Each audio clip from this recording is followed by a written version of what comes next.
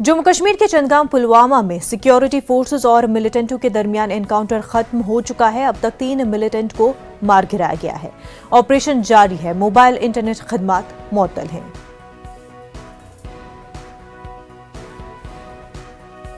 पुलवामा से हमारे नुमाइंदे बिलाल खान हमारे साथ जुड़े हुए हैं। बिलाल, लगातार सुबह से ही हम इस खबर पर नजर बनाए हुए हैं। क्या अब पुलिस ने तस्दीक कर ली है 3 मिलिटेंटों के हलाक होने की? देखिए मुनज़्ज़ा, जो ये एनकाउंटर है ये इख्तिताम पजीर हुआ। तीनों जो डेड बॉडीज है, जो मिलिटेंट इसमें मारे गए हैं, वो बॉडीज पुलिस ने रिकवर की है और उनको पुलिस ने अपनी तहवील में लिया है।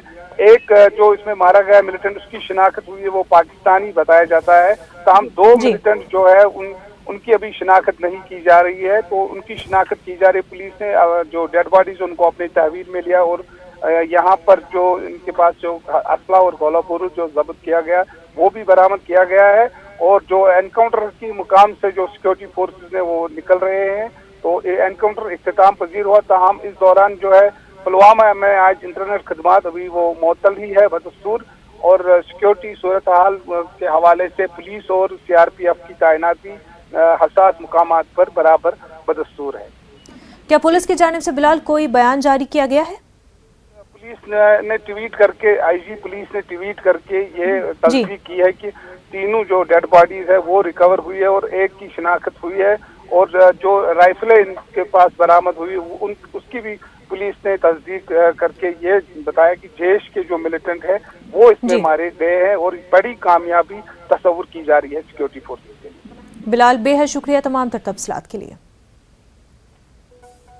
आगे बढ़ते हैं। श्रीनगर में लो विजिबिलिटी की वजह से सभी फ्लाइट ताखीर से चल रही हैं। एयरपोर्ट इंतजामिया के मुताबिक मौसम को देखकर फैसला लिया जाएगा। गुज़िश्ता रोज भी कई फ्लाइट्स ताखीर से रवाना हुई। मुसाफिरों को सख्त परेशानी दरपेश है।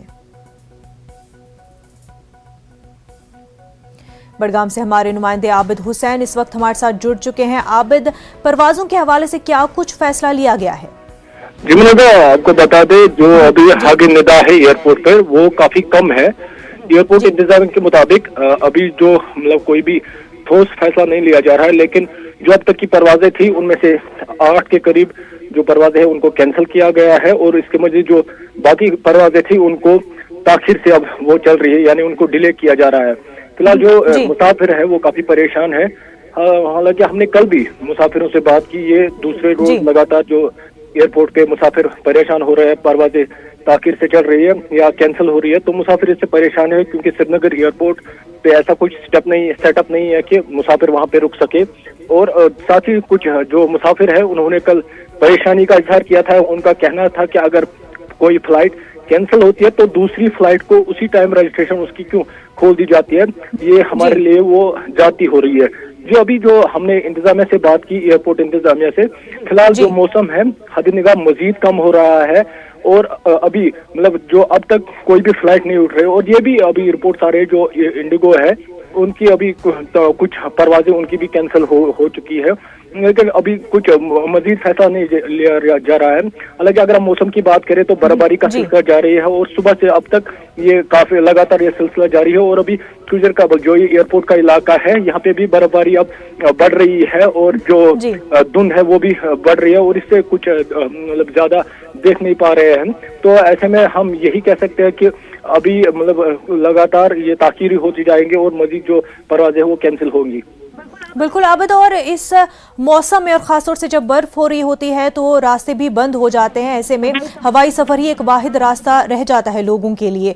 हमने देखा कि लोग भी अपील करें इंतजामिया से कि इस जानिब तवज्जो दी जाए। आबिद जी बिल्कुल, जैसे कि कल भी काफी मुसाफिर वहां पे निकल रहे थे वहां से, यानी बहुत सारे लोगों को इमरजेंसी होती है इसलिए वो अब हवाई सफर का ही रुख करते हैं। लेकिन कल जब जम्मू हाईवे खुली थी तो मुसाफिर वो प्रेफर कर रहे थे कि वहां से जम्मू हाईवे से जाए, लेकिन आज सुबह से जब बर्फबारी हुई तो आज जो जम्मू कश्मीर की जो नेशनल हाईवे है वो भी बंद हुई है, यानी कई जगह पर वो बर्फबारी की वजह से वो बंद हुई है। तो उसपे भी अभी जो ट्रैफिक है वो भी उसका भी सिलसिला रुक गया, तो मुसाफिर मजीद परेशान है। हालांकि कल भी वो जो साबिक वजीर आला है उमर अब्दुल्ला, उन्होंने ट्वीट करके कहा था कि लगातार इंतजामिया ये यहाँ पे दावे करती है कि वो टूरिज्म को प्रमोट करने के लिए लगातार इकदाम कर रहे हैं, लेकिन ऐसे में जो श्रीनगर एयरपोर्ट पे सेटअप है वो तब्दील नहीं हो रहा है। हालांकि अगर श्रीनगर एयरपोर्ट पे कुछ ऐसा सेटअप हो जाता तो यहाँ पे कोई भी फ्लाइट मतलब ताकीद से नहीं चलती। हालांकि जो सयाह आते हैं वो इस बर्फबारी को खूब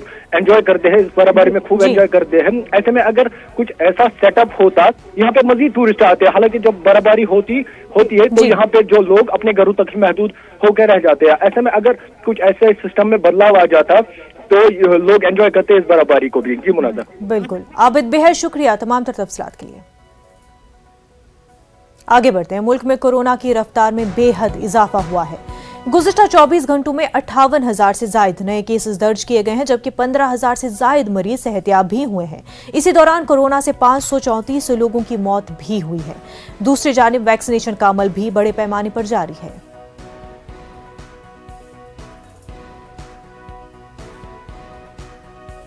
वहीं कोरोना पर महाराष्ट्र हुकूमत की अहम मीटिंग खत्म हो चुकी है। रियासत में लॉकडाउन नहीं लगाया जाएगा। कोरोना ज़ाब्तों पर सख्ती से अमल कराया जाएगा। सीएम उद्धव ठाकरे हतमी फैसला लेंगे।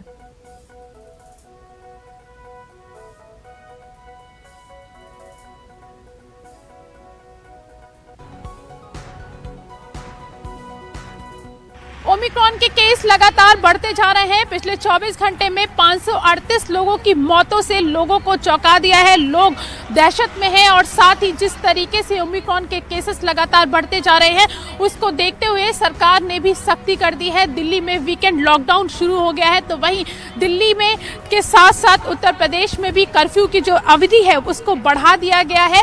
सभी राज्यों को अलर्ट कर दिया गया है। अस्पतालों की प्रॉपर व्यवस्था की गई है और साथ ही अस्पतालों में ऑक्सीजन को लेकर बातचीत की जा रही है। ऑक्सीजन को लेकर बैठक कर रही है। कल दिल्ली के स्वास्थ्य मंत्री के साथ में और साथ ही सभी राज्यों के सचिवों के साथ में केंद्रीय स्वास्थ्य मंत्री ने बैठक की थी और उन्होंने समीक्षा बैठक की थी। रणनीति तैयार की जा रही है कि किस तरीके से कोविड की जो तीसरी लहर है उसको लेकर रणनीति तैयार की जाए, क्योंकि जिस तरीके से पिछली बार दूसरी लहर में लोगों को दिक्कतों का सामना करना पड़ा था तो इस बार ऐसा ना हो। लेकिन इन सब के बावजूद जो सबसे महत्वपूर्ण बात है वो ये है कि कोविड की तीसरी लहर से तभी लड़ा जा सकता है जब हम और आप सतर्क होंगे। कैमरा पर्सन गौरव गिरी के साथ प्रीति श्रीवास्तव, न्यूज़ 18 दिल्ली।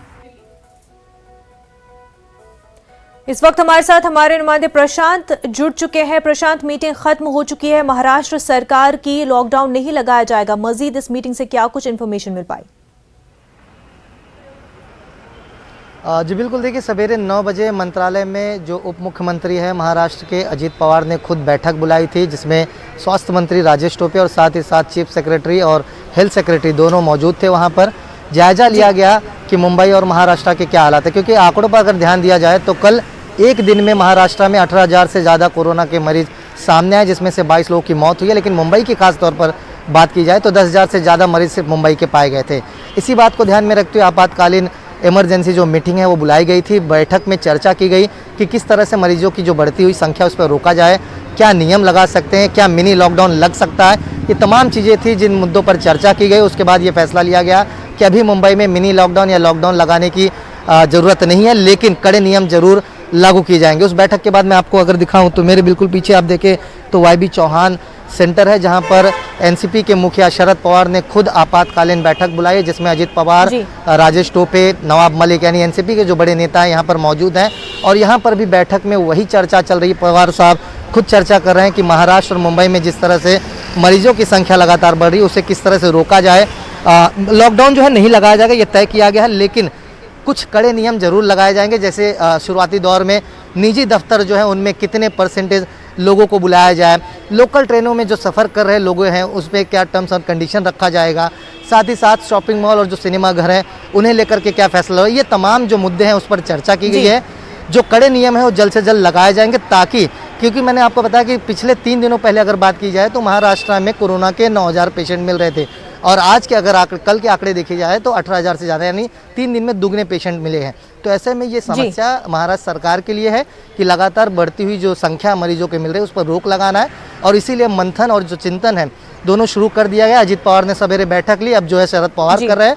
साथ ही साथ सारी चर्चाएं जो है मुख्यमंत्री के सामने रखा जाए और उद्धव ठाकरे आखिर फैसला लेंगे कि आखिर किन चीज़ों पर ज़्यादा कड़क नियम लगाने की ज़रूरत है और लॉकडाउन और मिनी लॉकडाउन अगर लगाना है तो कब और कैसे लगाना है। इस पर फैसला जो है अंतिम जो है वो मुख्यमंत्री उद्धव ठाकरे ही लेंगे। बिल्कुल प्रशांत, मुंबई में किस तरह से सिचुएशन कंट्रोल की जाएगी और खास तौर से फिल्मों की शूटिंग के हवाले से क्या कोई फैसला लिया गया है?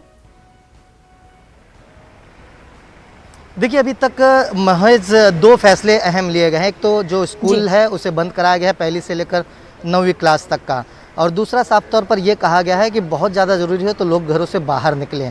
और कल मेयर ने साफ तौर पर कह दिया है कि अगर मुंबई में एक दिन में 20,000 से ज़्यादा मरीज़ अगर पाए जाएंगे तो लॉकडाउन लगाने की ज़रूरत पड़ सकती है। और आंकड़े अगर देखे जाएँ तो कल महाराष्ट्र में 18,000 से ज़्यादा मरीज़ पाए गए हैं। ऐसे में तो आज जो है बैठक बैठाई गई है। अजीत पवार जो उप मुख्यमंत्री है उन्होंने खुद बैठक बुलाई और साथ में चर्चा भी की। साथ ही शरद पवार भी बैठक में चर्चा कर रहे हैं। देखिए, सबसे बड़ी बात है मुंबई में लाइफ लाइन लोकल कही जाने वाली जो पब्लिक ट्रांसपोर्ट बसेस हैं वहाँ पर कचाकच भीड़ होती है। लाखों की संख्या में लोग सफ़र करते हैं, अपने दफ्तर जाते हैं। तो इसी बात को ध्यान में रखते हुए कि निजी दफ्तर में कितनी संख्या में लोगों को बुलाना चाहिए, ये सबसे बड़ा मुद्दा रहेगा। साथ ही जो सरकारी दफ्तर हैं क्या उसमें 100% एम्प्लॉइयों को आना चाहिए, वो भी चर्चाएं की जा रही हैं। जो सुपर मार्केट है जहाँ पर भीड़ भाड़ इलाका होता है, जैसे दादर का सब्जी मार्केट हो गया, भाई खल्ला का सब्जी मार्केट हो गया, वहाँ पर किस तरह के नियमों का पालन करना होगा, कितने बजे से कितने बजे तक दुकान खोलने की अनुमति दी जाएगी, साथ ही सिनेमाघर और जो शॉपिंग मॉल है उनके लिए क्या गाइडलाइंस होंगे, ये तमाम चर्चाएं जो हैं, ये तमाम मुद्दे जो हैं बैठक में रखे गए हैं, उस पर चर्चा की गई है। उसकी नॉलेज जो है खुद जो है उद्धव ठाकरे को दी जाएगी। बताया जाएगा कि फिलहाल महाराष्ट्र और मुंबई के सिचुएशंस हैं, उसके बाद अंतिम फैसला जो है उद्धव ठाकरे ही लेंगे और कैसे लेंगे, कब लेंगे अभी तय नहीं किया जाता है। लेकिन जिस तरह मैंने कहा कि सबसे पहले उप मुख्यमंत्री अजीत पवार ने खुद बैठक की और उसके बाद अब शरद पवार बैठक करें और देखना होगा कि इस बैठक के बाद क्या फैसला लिया जाता है। मुंबई और महाराष्ट्र में कौन कौन से कड़े नियम लागू करेंगे ये जल्दी स्पष्ट हो पाएगा इस बैठक के बाद। बिल्कुल प्रशांत, बेहद शुक्रिया आपका।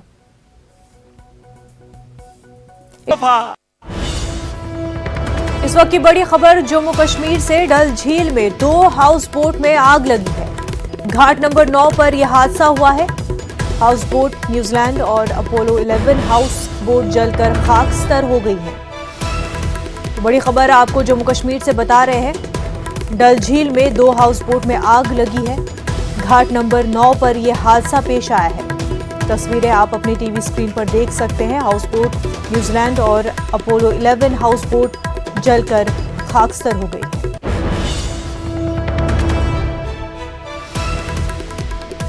नाज़रीन, आप अपने टीवी स्क्रीन पर तस्वीरें देख सकते हैं। हाउस बोट न्यूजीलैंड और अपोलो 11 हाउस बोट जलकर खाकस्तर हो गए हैं। घाट नंबर 9 पर यह हादसा पेश आया है।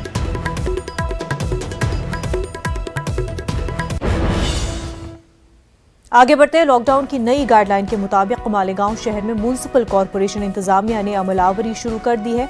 No mask, no vaccine, no entry, इस तरह के कवानीन नाफिज कर दिए गए हैं। इसी तरह शादियों और दीगर तकरीबात में 50 से ज्यादा लोग जमा न हो, इस तरह के नोटिस भी जारी किए गए हैं। महाराष्ट्र हुकूमत की जानिब से रियासत में ओमिक्रॉन और कोरोना मरीजों की तादाद बढ़ने के बाद नई गाइडलाइन का ऐलान किया गया है। ओमिक्रॉन का जो आने वाला खतरा है उसके तहत एक नई गाइडलाइंस डिक्लेयर हुआ है माननीय जिलाधिकारी महोदय की तरफ से। उसमें जो फंक्शंस वगैरह जो बीच में थोड़ा रिलीज़ किया था उसके ऊपर रिस्ट्रिक्शन आया है। शादी ब्याह में 50 लोगों को अलाउ किया है। जो चौक सभा वगैरह होते थे उसके ऊपर रिस्ट्रिक्शन लाया है। और वैक्सीनेशन कंपलसरी जो हमने ड्राइव किया था वो भी फास्टेस्ट उसका मूवमेंट करने के लिए बताया है। जो ऑक्सीजन प्लांट का जो एलएमओ प्लांट अपने को मिला है कॉरपोरेशन को, मालेगांव कॉरपोरेशन को, तो वो भी 8 दिन में अभी वो पूरा उसका काम कंप्लीट होकर वो एक्टिवेट होने वाला है। बहुत सारी चीज़ें हैं, जैसे पहले ही बताया कि नो मास्क नो एंट्री, वैसे अभी हमने तय किया है कि नो वैक्सीन नो एंट्री। इसके लिए बहुत सारे रिस्ट्रिक्शंस अभी पाबंदियाँ यहाँ पर डाल दिए हैं। पटना के नालंदा मेडिकल कॉलेज में एक बार फिर 59 डॉक्टर और मेडिकल स्टूडेंट की कोरोना रिपोर्ट मुस्बत आई है, जिसके बाद एनएमसीएच में 227 डॉक्टर और तालिब इल्म कोरोना से मुतासिर हो गए हैं। कॉलेज के प्रिंसिपल हीरालाल ने नए मामलों की तस्दीक की है। लगातार 3 दिनों से इस अस्पताल में डॉक्टर और मेडिकल स्टूडेंट की कोरोना रिपोर्ट मुस्बत आ रही है।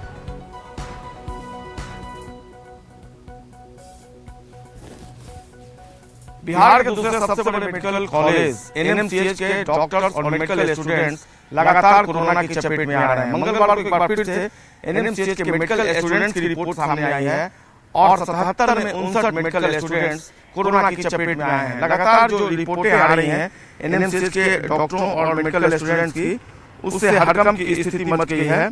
227 डॉक्टर और मेडिकल स्टूडेंट्स एनएमसीएच के कोरोना पॉजिटिव हो गए हैं। बीते 2 जनवरी को 84, 3 जनवरी को 72 और मंगलवार को 59 डॉक्टर और मेडिकल स्टूडेंट्स कोरोना से संक्रमित पाए गए हैं। एनएमसीएच के प्रिंसिपल डॉक्टर की माने तो सभी की जांच करवाई जा रही है लगातार। और कर्नाटक में 2 हफ्तों के लिए वीकेंड कर्फ्यू का फैसला लिया गया। रियासत में कोरोना के मामलों के बढ़ते हुए मामलों के मद्देनजर हुकूमत की जानिब से वीकेंड कर्फ्यू का ऐलान किया गया है। वीकेंड कर्फ्यू जुमे की रात 10 बजे से पीर की सुबह 5 बजे तक नाफिज रहेगा। Pubs, club, restaurant, hotel, cinema घर, मल्टीप्लेक्स, थिएटर और ऑडिटोरियम 50% गुंजाइश के साथ खुले रहेंगे। कोरोना के नए हिदायत 5 जनवरी रात 10 बजे से 19 जनवरी सुबह 5 बजे तक जारी रहेंगे। बेंगलुरु में पहली ता 9वीं जमात के स्कूल बंद रहेंगे। 2 हफ्तों तक बच्चे ऑनलाइन क्लासेस करेंगे। इबादत गाहों में 50% ही लोग इबादत कर सकेंगे। शादी हॉल में सिर्फ 100 लोगों को शिरकत की इजाजत होगी। वहीं तेलंगाना में कोरोना वायरस की वबा फिर से तूल पकड़ती जा रही है। पिछले 24 घंटों के दौरान रियासत भर में 42,991 अफराद का कोरोना टेस्ट किया गया, जिसमें से 1,052 अफराद कोरोना वायरस से मुतासिर पाए गए। ग्रेटर हैदराबाद के हदूद में 659 नए मामले सामने आए हैं। मिर्चल मलकाजगिरी में 116 और जिला रंगारेड्डी में 109 केसेस दर्ज हुए हैं। महकमे सेहत के अहदेदारों ने बताया कि पिछले 24 घंटों के दौरान रियासत भर में कोरोना से 2 मरीजों की मौत हो चुकी है। वहीं बिहार में 7 दिनों में कोरोना के केसेस में 730% का इजाफा हुआ है। कोरोना के मामलों को देखते हुए बिहार सरकार ने नाइट कर्फ्यू का निफाज का फैसला कर लिया है। 6 जनवरी से कोरोना की नई गाइडलाइन जारी होंगी। Shopping mall, cinema hall, gym, park, club बंद रहेंगे, जबकि 8वीं तक की क्लासेस ऑनलाइन चलेंगी। कोरोना के बढ़ते मामलों के मद्देनजर सीएम नीतीश कुमार के सभी प्रोग्राम मनसूख कर दिए गए हैं। सीएम का जनता दरबार भी अब नहीं लगेगा। और दुनिया कोरोना की जद में है। फ्रांस, बर्तानिया और ऑस्ट्रेलिया में एक दिन में रिकॉर्ड मामले दर्ज किए गए हैं। पिछले 24 घंटों में फ्रांस में रिकॉर्ड 2,71,000, जबकि बर्तानिया में 2,18,000 से ज्यादा नए मामले दर्ज किए गए हैं। फ्रांस में तकरीबन 90% बालिग वैक्सीन की दोनों डोज ले चुके हैं। यहां अवामी मकामात पर आने जाने वालों के कोरोना की नेगेटिव रिपोर्ट लाजमी करार दे दी गई है। तमाम इक़दामात के बावजूद फ्रांस में लगातार नए मामलों में इजाफा देखा जा रहा है, जबकि बर्तानिया में नए साल में पहली बार कोरोना के रिकॉर्ड मामले दर्ज किए गए हैं। वजीर आजम बोरिस जॉनसन ने सूरत हाल से निपटने के लिए अस्पतालों में हेल्थ वर्करों की कमी के मसले को तरजीही बुनियादों पर हल करने का यकीन दिलाया है। बोरिस जॉनसन ने क्रिसमस के मौके पर इंग्लैंड में बंदिशें आयद न करने के अपने फैसले का दिफा भी किया है।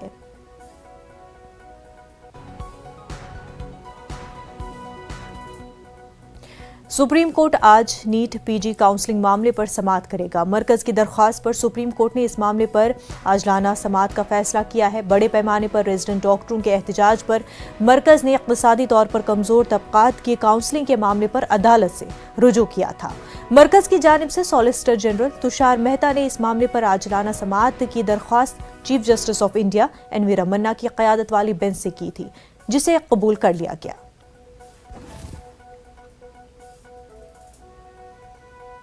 वजीर आजम नरेंद्र मोदी आज पंजाब के फिरोजपुर का दौरा करेंगे और मुख्तलिफ तरक्याती प्रोजेक्टों को संग बुनियाद भी रखेंगे। 42,750 करोड़ रुपए से ज्यादा मालियत के इन प्रोजेक्टों में दिल्ली अमृतसर कटरा एक्सप्रेसवे, अमृतसर ऊना सेक्शन को 4 लेन का बनाना, मकड़ियां तिलवाड़ा नई broad gauge railway line, Ferozepur में पीजीआई सैटेलाइट सेंटर और कपूरथला और होशियारपुर में 2 नए मेडिकल कॉलेज शामिल हैं। Delhi Amritsar Katra expressway north south corridor और कांगड़ा हमीरपुर बिलासपुर शिमला कॉरिडोर को कनेक्ट करेगा। इसे घोमन श्री हरगोबिंदपुर और पुलपक्ता टाउन तक रसाई हासिल होगी। आपको बता दें, पुलपक्ता टाउन में मशहूर गुरुद्वारा पुलपक्ता साहिब वाक़ है। इससे दिल्ली से अमृतसर और दिल्ली से कटरा के सफर में लगने वाला वक्त आधा हो जाएगा। उत्तर प्रदेश में मजलिस-ए-इत्तेहादुल मुस्लिमीन की इंतखाबी मुहिम जोरों से चल रही है। MIM सदर असदुद्दीन ओवैसी ने उत्तर प्रदेश के मुरादाबाद में इंतखाबी जलसे से खिताब किया और इस दौरान उन्होंने मुसलमानों को सिर्फ वोट बैंक की तरह इस्तेमाल करने वाली बीजेपी और समाजवादी पार्टी पर सख्त तनकीद की। असदुद्दीन ओवैसी ने कहा कि हर तबके के लोगों ने अपना लीडर मुंतखब कर लिया है, मगर मुसलमानों ने अपना लीडर मुंतखब नहीं किया। इसी वजह से आज मुसलमान इंसाफ से महरूम हैं।